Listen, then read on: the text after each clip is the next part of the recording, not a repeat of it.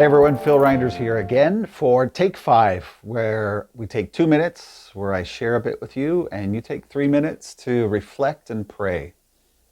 So we're looking at the Holy Spirit, and the Holy Spirit's normal and major work is to bring us Jesus, to let the good news of Jesus work itself deep into our lives so that it's a living part of our lives.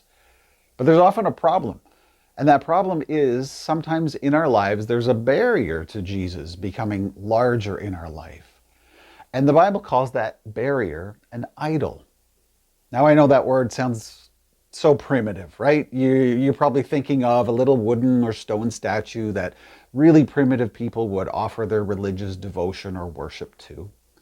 But the Bible talks about an idol very differently. The Bible talks about an idol as something that you place at the center of your life other than the living God.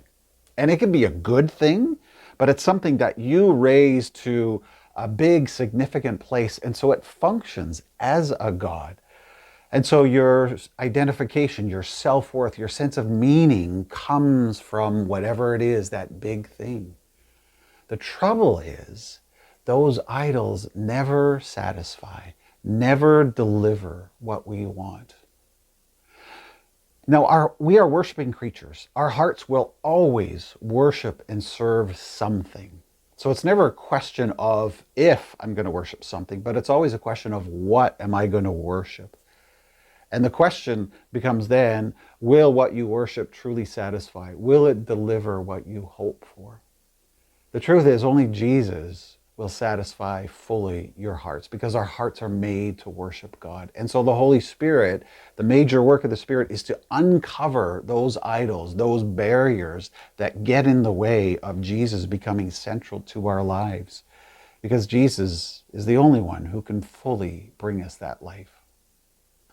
So I invite you to reflect, and perhaps you can find Psalm 115, read that, which talks about these idols and how they are fake and false and never deliver, and then spend a little time asking, and it's a bold prayer, ask the Holy Spirit to uncover the idols that perhaps are in your heart, those things that you've made so important more than the life of Jesus.